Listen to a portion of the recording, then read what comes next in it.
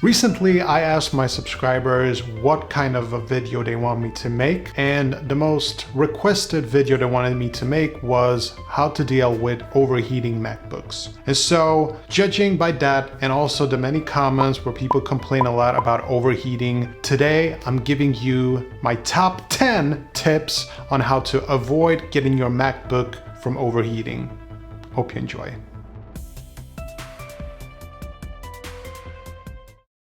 What is up? My name is Tom. If this is your first time to this channel, please don't forget to do a hashtag new sub so I can properly welcome you. It will really help me out if you can just hit that little like button, like it helps with the YouTube algorithm and everything. Okay, let's just jump right into this whole topic of overheating MacBooks. Now, there's a couple of things we need to clarify before I go into these tips. And that is something that you have to understand about MacBooks, that generally speaking, what you guys are mostly describing is actually not overheating. You see, overheating is when a MacBook is running so hot that it has to turn itself off in order to not overheat. And I'm guessing that most of you are not having that issue. Most of you are having the problem that your MacBooks are just getting too hot and the fans are getting too loud and your CPUs are probably downclocking and you're not getting the speed that you want. And so this video is about how to optimize your computer so it doesn't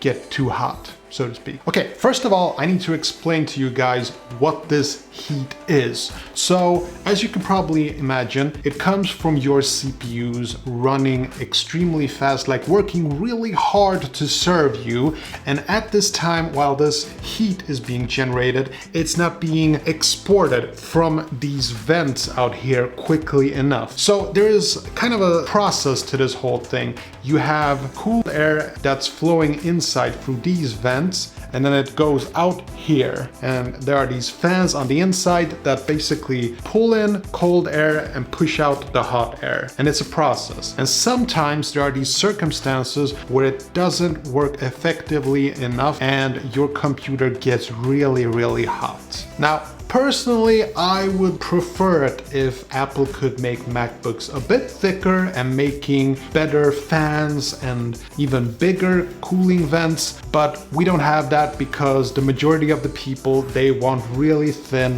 laptops. And so that's why we have this little issue. Do I personally have any problems with this? No, I actually don't, but I'm gonna get into that once I start mentioning my top 10 ways of keeping your MacBook from overheating. Yeah, you get it. Okay, my first tip is to understand the limitations of your MacBook. Now, I've been playing around with MacBooks and computers all my life, and I know from experience, like I started out with computers that had something like 4 megabytes of memory, 210 megabytes of storage space. Megabytes, not gigabytes. People today, they don't have that experience of having to, work with what you have in order to get the most out of it. But the thing is, the same rules apply. Like, you can't push your computer over the limits. You have to know your limitations. Some people get like confused, like they go like, why is my MacBook slow? I only have my YouTube running 8K videos and I have like 24 tabs open and Final Cut Pro is exporting a file in the background. Like, why is my computer getting so hot? Well, most likely is because you're pushing your computer over the limits. Now, yes, it is an expensive computer and you're thinking to yourself, it should be able to do anything I throw at it. And for some of you, you may even have the MacBook Pro 16-inch, and this little baby, you can really push the limits pretty hard on this thing, but it's still the same rules that are being applied here. You have to consider the limitations of your computer. So if you're editing 4K videos, turn off Chrome. If you're browsing the web, do you really need to have like 24 tabs open? Think about it. Okay, now my second tip is a big one. I know that people use their MacBooks in very different circumstances. They sit on the couch, they have it on the laps. I mean, it's a laptop. Sometimes they can sit or lie in bed having the MacBook there. But here's the tip. Don't put your MacBook on a soft surface. And the reason is there is a huge chance that you will block the vents here, and then you won't get any cool air in and you won't get the hot air out from the vents also, and you'll keep that heat basically just oozing inside of your computer. So my first tip is consider what surface you put your MacBook on. Don't preferably put it on something hard and not soft. If you want to put it on your laps, have something between your laps and your computer, some kind of a plate or something, a book maybe. Now, my third tip is to not trust third-party apps, and I'm talking about two types of apps. Apps that can tell you what the temperature is inside the computer, because most of the time these apps, they are not giving you the right information. Most of the time they will, give you the wrong numbers thinking that you need to do something, and then you'll buy the pro version of the app. They'll say something like, oh, your computer is at 200 degrees Fahrenheit or something like that. Most of the time, just flat out don't trust third-party apps when it comes to temperatures. And the second type of apps that I want you to stay clear of is fan controlling apps. And the reason why you should probably avoid fan controlling apps is because these fans are designed to work in a certain way with this MacBook, okay? And if you start to fiddle around making the fans work harder, you might exhaust them and you might generate more dust than necessary. And so I would basically steer clear of any fan controlling apps out there. I know some people like to use them, they like to be in charge of everything, and if you know what you're doing, go ahead. But for me personally, I trust the Mac system to run my fans as they see fit. Okay, 4, and this is a very difficult tip. Avoid using Chrome as much. This is difficult for me because I like to use Chrome a lot, especially when I'm on YouTube and I want to watch 4K videos, because when you watch YouTube videos in Safari, you can't watch in 4K, and it really bugs me, especially when I know I have a computer that can handle 4K. It's a long and boring story why Safari doesn't support 4K videos. It has something to do with codec support, and Safari just flat out will not work with certain codecs because Apple will not work with certain companies. Let's just leave it at that. So I usually try to use Safari for everything, and when I want to watch 4K videos, then I go to Chrome. But the thing about Chrome is that it takes a lot of resources compared to Safari. And I'm not just talking about your CPU or GPU, I'm also talking about battery life. So if you want to preserve battery life, use Safari as much as you can. Number 5, I've sort of mentioned it before, but the number of tabs that you have open is usually overkill, and it makes your computer work extra hard for no apparent reason. I get it, trust me, I've had my days when I like having like 24 tabs open in Safari or Chrome. But the problem is, the more tabs you have open,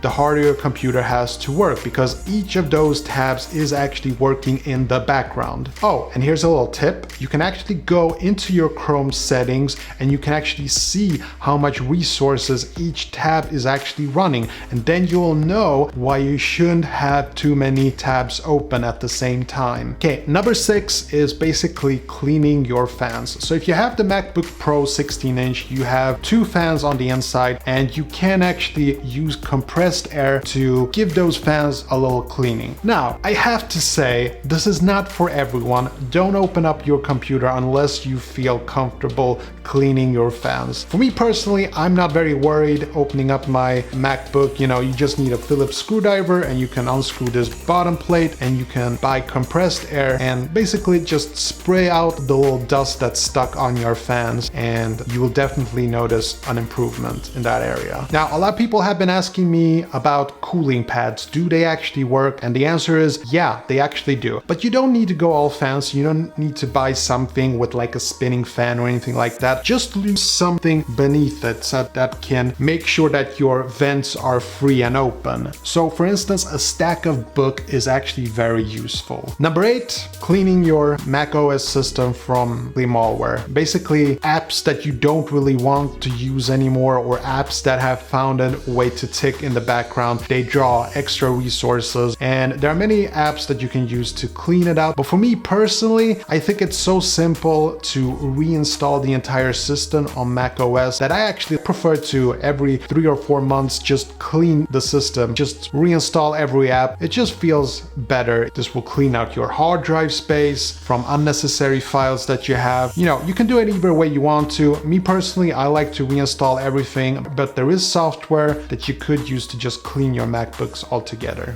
Okay, number 9, use the original charger. Now, I know that the original charger is disgustingly expensive. I don't know what it costs in your country, but here in Sweden it costs like $100 or so. It's crazy. A charger should not cost that much. But unfortunately, the original Apple charger is the best, and I would stay clear of every third-party manufacturer because you just don't know the quality of those chargers. And this charger can actually damage your MacBook, and it can cause it to generate excessive heat. So don't use third-party chargers. Number 10, this is a very cool tip that works for a lot of people. You can basically reset your SMC, SMC, and it's short for System Management Controller. And this is actually a chip in your computer that handles everything like physical, the fans and everything, and sometimes it needs a reset. Something is off, and once you reset your SMC, things go back to normal. SMC, ACDC, no,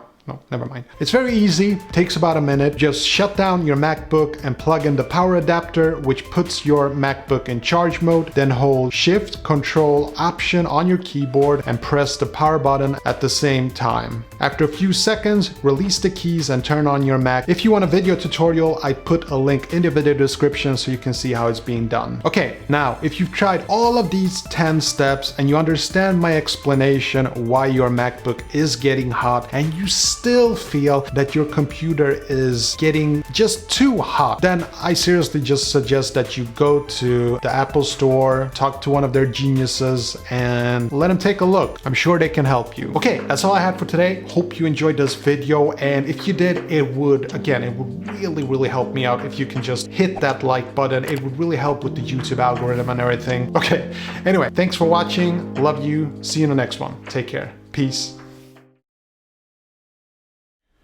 Oh, you're still here. Oh, that's right. It's the behind the scenes. For those of you who are new to this channel, I do a little behind the scenes vlog after each video. It's a kind of a way where I can be more personal and talk about stuff that mattered to me.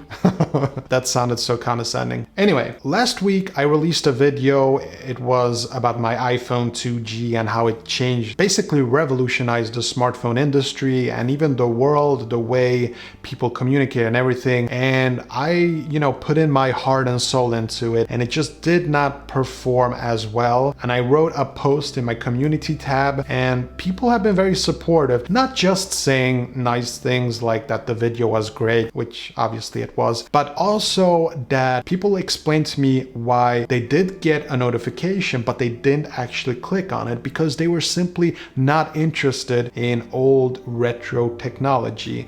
And I understand that. Sometimes when you love something, you think that everybody has to love it too. But most of the time, people are just different. People just like different things. People are more interested in the iPhone 12 than the iPhone 2G. So I'm sure that if I did like a video about the latest rumors about the iPhone 12, people would definitely be more interested. So it's a lesson learned for me. And I don't want to, plug the video or anything, but it really was good. I mean, I did put in my heart and soul, and I made really fantastic B-rolls. So if you haven't seen it, consider watching it because I'm actually pretty proud of it. I think it's one of my best videos so far.